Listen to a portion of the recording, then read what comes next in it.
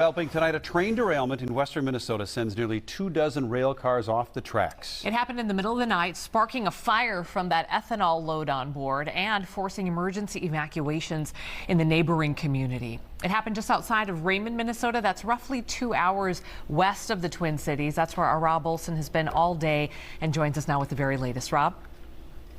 Yeah, and that snow that Jennifer was just talking about that's coming in, they know that that could slow things down here as they continue to work to try to clean this up and investigate and to try to get Highway 23 back open again, which again, they're hoping, but again, a lot of variables with the weather here, hoping that could be on Saturday. Right now, a lot of heavy equipment here, cranes as they start trying to slowly move these rail cars out, but they won't know the cause of this until they can really get all those cars moved out of the way and figure out exactly why this happened. We apologize for this. We take full accountability for it, and we'll continue to be here until this is cleaned up. Burlington Northern Santa Fe knows this is not only a big mess to clean up and a huge inconvenience to a small town, but that it is scary too. I want to apologize to all of you for the disruption. The railroad's president assuring the evacuated residents of Raymond who were at a church in nearby Princeburg and who questioned her about the number of derailments in the news lately that statistically it's still rare. 99.99% of all hazardous commodities get to destination without incident. So we are very safe. We are a very effective movement of hazardous commodities as well as all commodities. The 22 cars that derailed around 1 a.m. carried corn syrup and ethanol. The flames that could be seen from the derailed cars burning throughout the day pose no threat of any kind of explosion, they assured, that the tanks are the newest type and considered state-of-the-art. I'm like, who the heck is knocking on my door at 2:30 in the morning? And I open it up and they're like, you gotta go right now. I'm like, I'm not dressed. But precautions in the middle of the night meant evacuations. The Candy Ojai Sheriff estimates they went door to door to about 250 homes. The recommended evacuation area was a half-mile from the fire. Well, that's all Raymond, so. And the fear in those first hours was understandable. Hope our place doesn't blow up.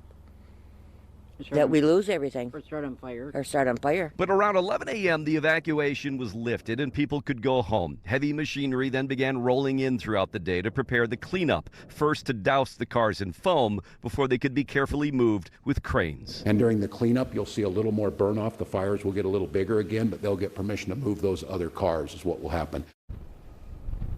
Yeah, and they have the tanks of foam standing by here. Some of that's on the other side of this derailment, so you can't see it from this vantage point, but that's there too as they move these cars around. The ethanol cars, again, still some residual flames there that they say is going to happen. But again, the NTSB is the one that's in charge of this investigation, expected to arrive here this evening. They gave them permission to start moving some things around, but they're the ones that are in charge of this. And again, they got to wait for this to get moved around until they can figure out exactly what caused this derailment. Amy?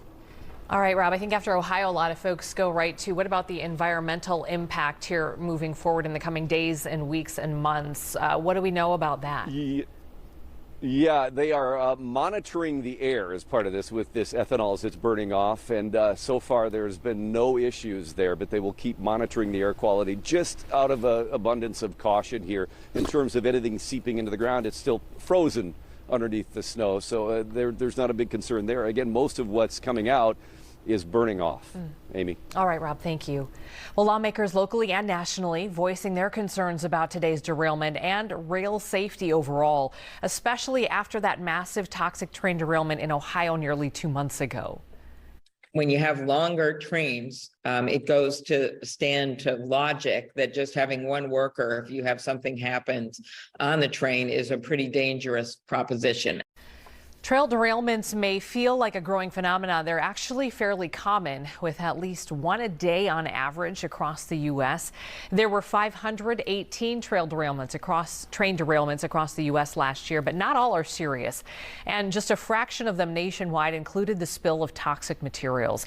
And that's a pattern that we saw repeated across a handful of years as well, with the highest rate of hazmat spills happening in 2020.